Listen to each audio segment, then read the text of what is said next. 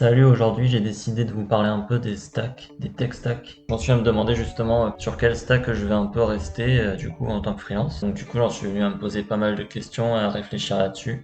Du coup pour ceux qui savent pas, donc c'est quoi une stack ou une tech stack, une stack technique donc. Comment je définirais ça? Moi je dirais que c'est un regroupement de technologies, de langage quoi, ou de framework, de bases de données ou même d'outils intermédiaires qu'on va regrouper pour créer donc une application ou un site web. Voilà, donc en général on va avoir au moins une technologie front-end et une technologie back-end et une base de données. Donc ça c'est un peu la base. Une des stacks les plus populaires c'est Mern avec il y a trois variantes selon quel framework vous utilisez entre Vue, Angular et React. Donc soit Mern, soit Min, soit je sais pas comment on prononce ça. Donc voilà, donc c'est composé de quoi? De MongoDB, Express, React, Angular ou Vue et Node. Donc ça c'est un framework qui est assez populaire. En tout cas ce que vous devez savoir c'est si vous êtes en train de devenir développeur web ou mobile, etc.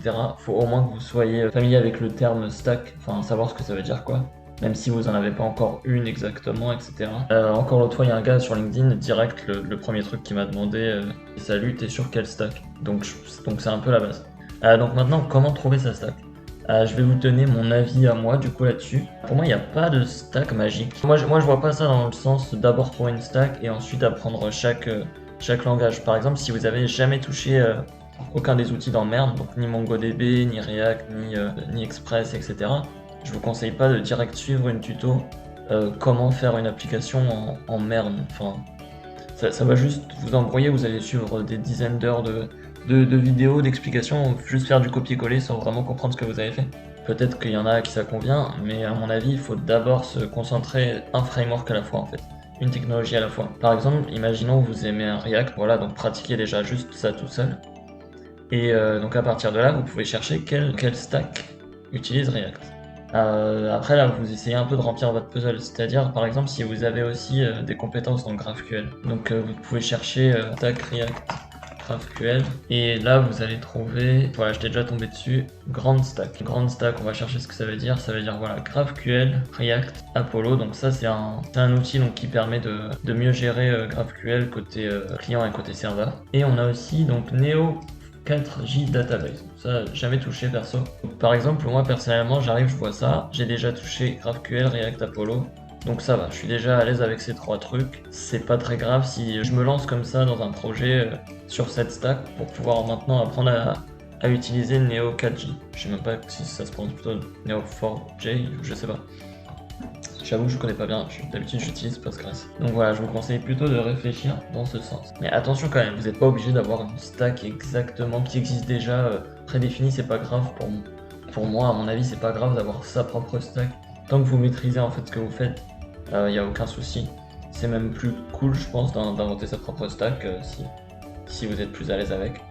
Faites juste attention quand même à utiliser des technologies qui sont d'actualité, parce que si vous cherchez un job, etc., et que vous utilisez des outils qui sont plus trop recherchés dans les entreprises, ça le fait pas trop. Donc essayez de remplacer les trucs un peu obsolètes qui sont dans votre stack en fait. Donc voilà, donc après si un recruteur vous demande quel stack vous bossez, c'est pas grave si vous n'êtes pas dans Mern ou dans Grand, enfin un truc connu. Déjà dites-lui quelle technologie vous utilisez, ça veut dire que vous avez bien compris ce que voulait dire le mot stack. Donc normalement ça montre que vous savez quand même, vous maîtrisez quand même un peu le sujet. D'ailleurs, c'est bien aussi de connaître plusieurs stacks selon les besoins du projet. Il y a des projets où il n'y a pas besoin de s'étendre avec 10 000 outils. On peut juste faire juste React ou de juste Firebase pour le back, si vous connaissez. Je vais vous montrer un outil que j'ai découvert dans cette vidéo. Je vous mets déjà donc la vidéo en description d'une chaîne que je vous invite à suivre qui s'appelle Fireship. En vrai, elle est grave cool. Donc dans cette vidéo, il nous fait découvrir cet outil à un moment que je vais aussi vous mettre dans la description. Alors donc Stackshare.io, en fait, c'est assez stylé. Ça permet de savoir quel stack utilise tout simplement les grandes entreprises. Par exemple, comme ça, on a React là sur le côté. Je vais cliquer dessus. Et donc là, ça va nous montrer qui utilise React. Donc là, on voit qu'il y a Uber, Airbnb, Facebook. Normal, c'est eux qui ont créé. Donc maintenant, je me dis, ok, ils utilisent React, mais avec quoi d'autre? On va aller voir Netflix. Qu'est-ce qu'ils utilisent aujourd'hui? Du Python, du Node, du React, du Java, du SQL, etc. Donc comme ça, si vous êtes en manque d'inspiration pour apprendre des nouvelles technologies, vous pouvez vous inspirer en fait de ce que font les entreprises aujourd'hui. C'est un peu une mine d'informations. Donc voilà, donc la vidéo dont je vous ai parlé juste avant, qui partage ce site, parle aussi donc des stacks. Je vous conseille de la voir, c'est assez marrant en fait.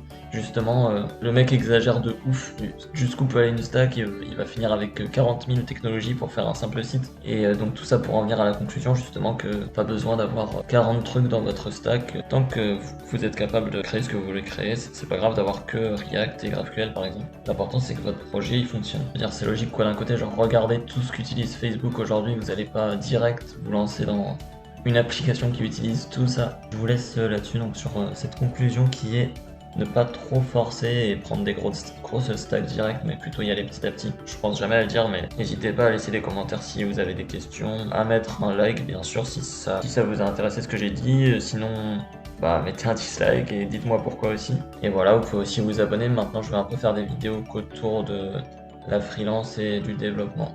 Voilà, adios.